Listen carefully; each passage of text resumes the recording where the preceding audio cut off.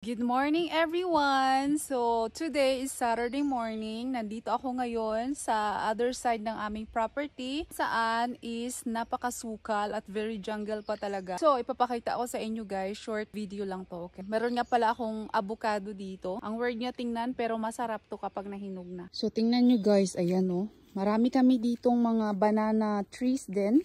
And nakita ko yung isang banana na puno, natumban na siya. So ready na siyang putulin at kunin ang bunga. Napakarami naming banana ngayon guys. Ayan o.